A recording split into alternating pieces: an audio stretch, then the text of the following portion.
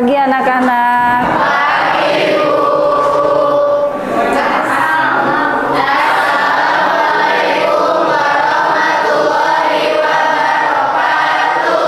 Waalaikumsalam warahmatullahi wabarakatuh.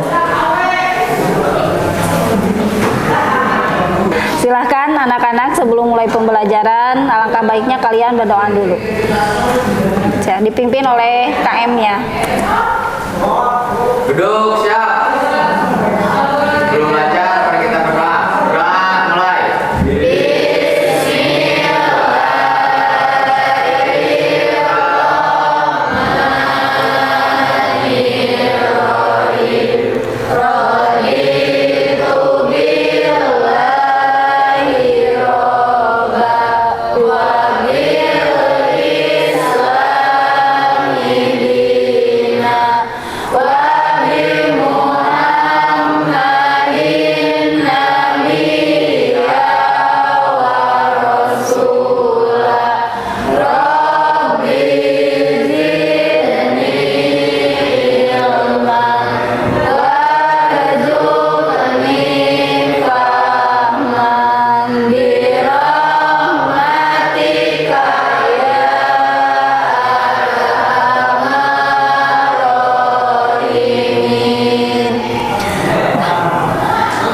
Assalamualaikum warahmatullahi wabarakatuh.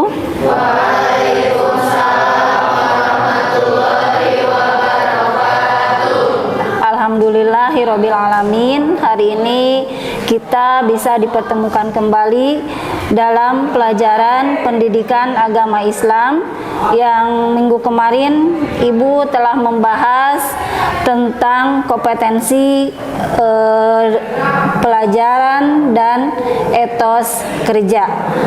Dan minggu sekarang, hari ini Ibu akan membahas tentang yang namanya Syu'abul Iman atau cabang-cabang dari iman. Sebelum ke materi pembelajaran, ada yang tidak hadir hari ini? Siapa? Ridwan. Kemana Ridwan? Sakit ya. Mudah-mudahan Ridwan cepat disembuhkan dari sakitnya ya. Kalian gimana kabarnya? Sehat ya, baik, alhamdulillah. Tetap semangat ya untuk belajar meskipun hari ini dalam keadaan cuaca mendung. Sebelum ke pembelajaran kita bersemangat dulu ya. Silahkan kalian berdiri. Semangat pagi.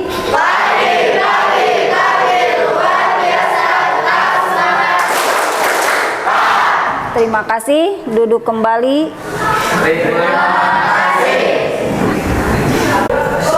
Nah, untuk sekarang kita akan membahas yang namanya Syu'abul Iman. Ada yang tahu artinya apa iman? Iman artinya apa? Percaya. Apalagi? Yakin ya, percaya dan yakin. Kita itu harus percaya adanya Allah, adanya malaikat dan juga alam semesta ini. Kemudian yakin, diyakinkan di dalam hati bahwa kita itu apa? Beriman kepada Allah. Kita sebagai umat muslim tidak boleh beriman kepada selain Allah. Nah, di sini Ibu akan menayangkan sebuah pembelajaran tentang Syu'abul Iman yang tadi atau cabang-cabang iman. Nah, anak-anak, dilihat, sudah terlihat di layar, kelihatan nggak? Nah, ada Syu'abul Iman atau cabang-cabang iman. Nah, sebelum ke materi, di situ ada tujuan pembelajarannya. Tujuan pembelajarannya untuk apa? Untuk kalian supaya bisa menganalisis makna dari syu'abul iman atau cabang-cabang iman. Itu tujuan yang pertama. Kemudian di tujuan yang kedua, kalian nanti harus bisa mempresentasikan syu'abul iman atau juga cabang-cabang iman. Dan yang ketiga, meyakini bahwa iman itu terdapat banyak cabang-cabangnya. Dan keempat, membiasakan sikap perilaku jujur dalam kehidupan sehari-hari. Nah, itu ya. Nah, kemudian mengenal yang namanya apa? Iman. Ada yang tahu apa itu iman? Nah, iman itu percaya, diucapkan dengan lisan, diyakini dengan hati, dan dilakukan dengan anggota badan. Jadi iman itu dibagi menjadi 3 bagian. Yang pertama iqrarun bilisan, diucapkan dengan hati. Yang kedua tasdikun bil qalbi, yaitu diyakini dengan hati. Dan yang keempat dilakukan dengan seluruh anggota badan. Itu bagian daripada iman, ya, bagian daripada iman. Kemudian, nah di situ ada pilar iman. Apa pilar iman? Sama dengan rukun iman. Rukun iman itu ada berapa? 6. Yang pertama, iman kepada Allah. Yang kedua, iman kepada malaikat. Terus sampai 6, iman kepada apa? Kitab. Dan kelima, iman kepada hari akhir. Salah. Iman kepada qada dan qadar. Keenam kepada hari akhir, ya. Itu pilar keimanan atau yang namanya rukun iman. Nah, lanjut, ada tingkatan keimanan yang tadi Ibu sebutkan. Yang tadi Ibu sebutkan, ilmu yakin, ainul yakin, dan hakul yakin. Kalian harus tahu, ya, harus tahu. Nah, selain definisi iman, ada yang namanya syu'abul iman atau cabang-cabang iman. Ada yang tahu cabang iman itu ada berapa? Coba sebutkan. Ada yang tahu berapa? Ada berapa cabang iman itu? 77. 77. Kemudian cabang iman dibagi menjadi berapa bagian? 3. Yang pertama, yang berkaitan dengan hati. Ya, ada berapa? Ada 30. Ada 30. Yang kedua, yang berkaitan dengan lisan ada 7. Ya, dan yang dilakukan dengan anggota badan ada 40. Jadi cabang iman itu ada 77 cabang. Yang pertama yang berkaitan dengan hati ada berapa? 30. Yang berkaitan dengan lisan ada 6. Dan berkaitan dengan anggota badan itu ada berapa? 40. Jadi cabang iman itu ada 77 cabang keimanan.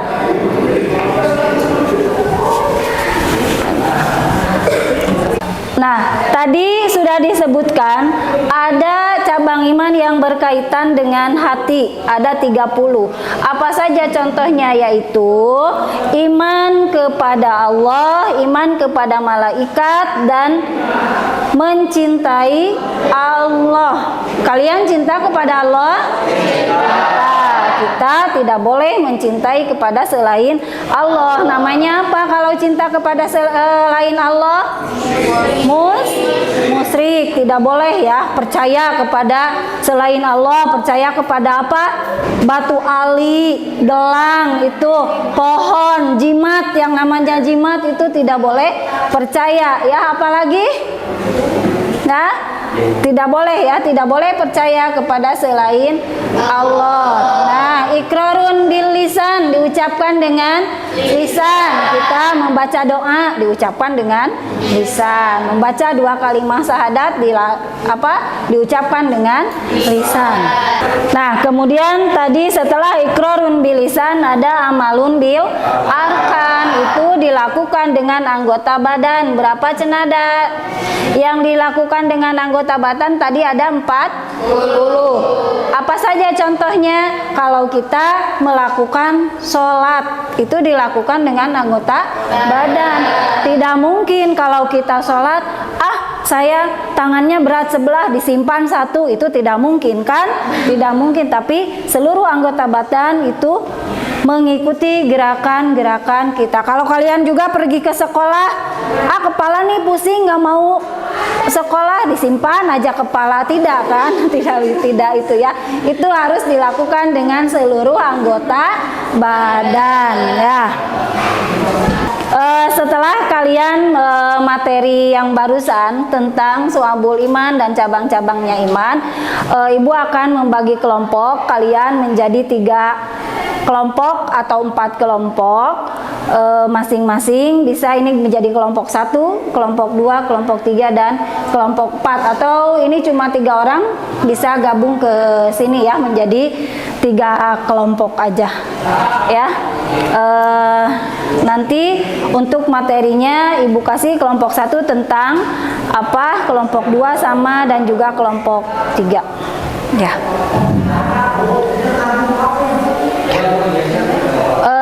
Silahkan kalian duduknya berkeliling sesuai dengan kelompoknya masing-masing. Ya, duduknya berkeliling, bukan berkeliling. Ini untuk kelompok 1 ya, untuk kelompok 1. Kemudian ini untuk kelompok 2.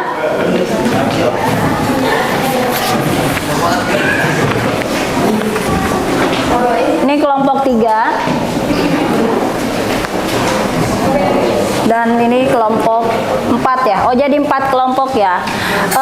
Untuk tugasnya di kelompok 1, di situ ada gambar tentang apa? Yang pertama tentang berterbiasa melakukan kebaikan sejak usia dini.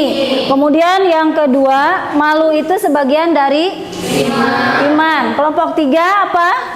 Di gambar yang ketiga tentang,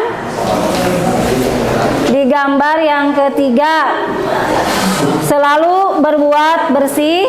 Dan 4 apa? Kelompok 4 ini tentang apa? Lingkungan bersih dan pikiran jernih. Silakan kalian kerjakan. Silakan kalian kerjakan ya.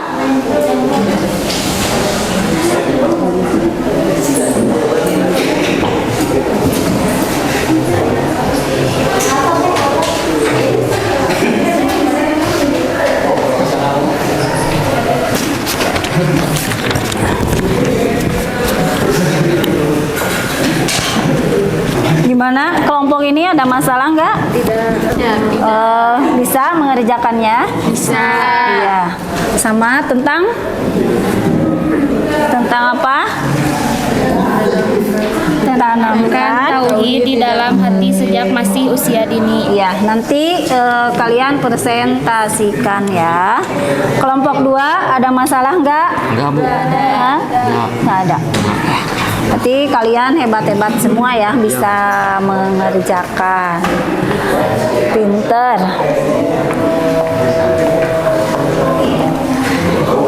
Ini kelompok 3 ada masalah? Udah, Bu, aman. Bisa mengerjakannya? Bisa. Hebat kalian ya. Coba ditulis nama-nama kelompoknya ya.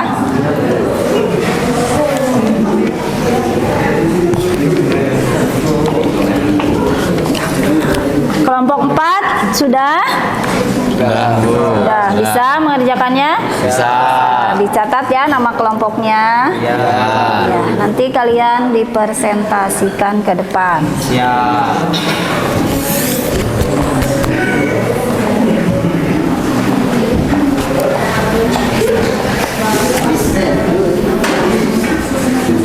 Sudah semuanya? Sudah. Silahkan kalian presentasikan yang barusan kalian kerjakan dimulai dari kelompok 1. Silakan kelompok 1 ke depan.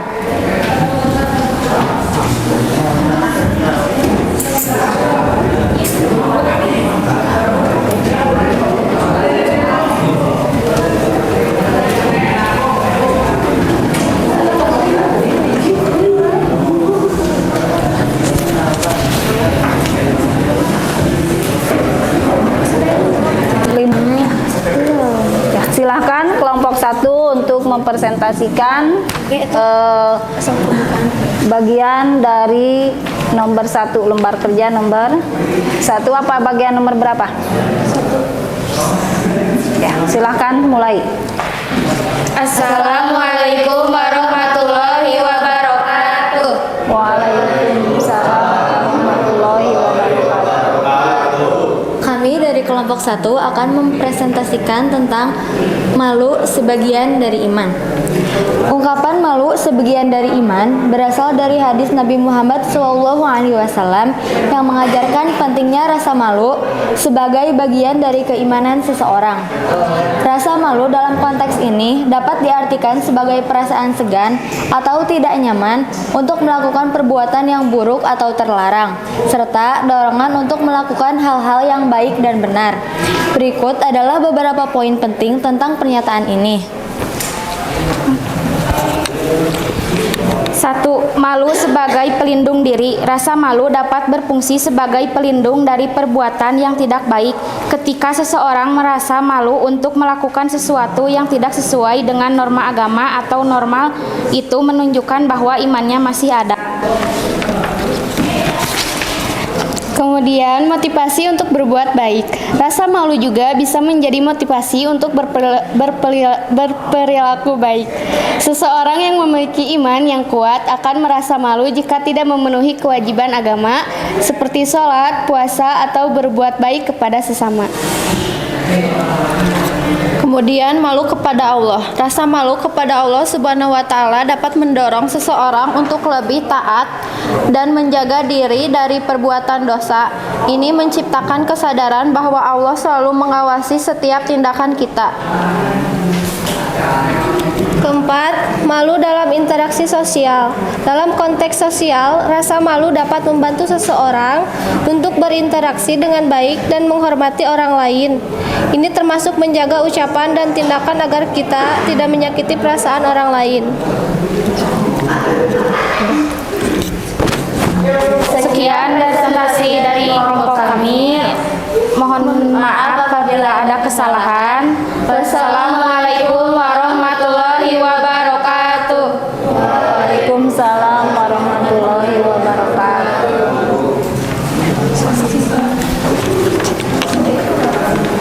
Terima kasih pada kelompok 1 yang telah mempresentasikan tentang malu sebagian daripada iman. Nah, sekarang kalian sudah tahu bahwa malu itu sebagian dari iman, jadi harus mempunyai rasa malu.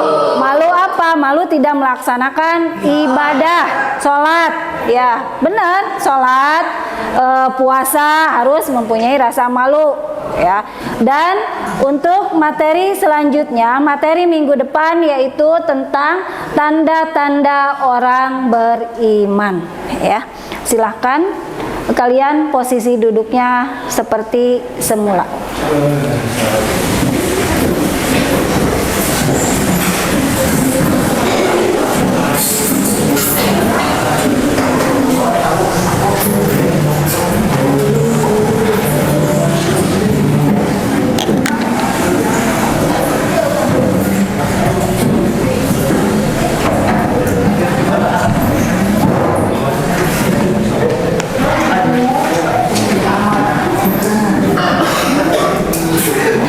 Terima kasih untuk hari ini kalian telah mengikuti pembelajaran PAI.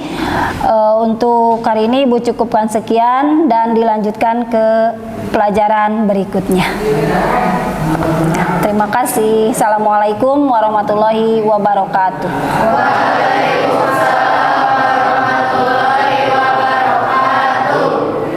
Berdiri. Ucapkan terima kasih. Sama-sama. Sampai jumpa di lain waktu ya.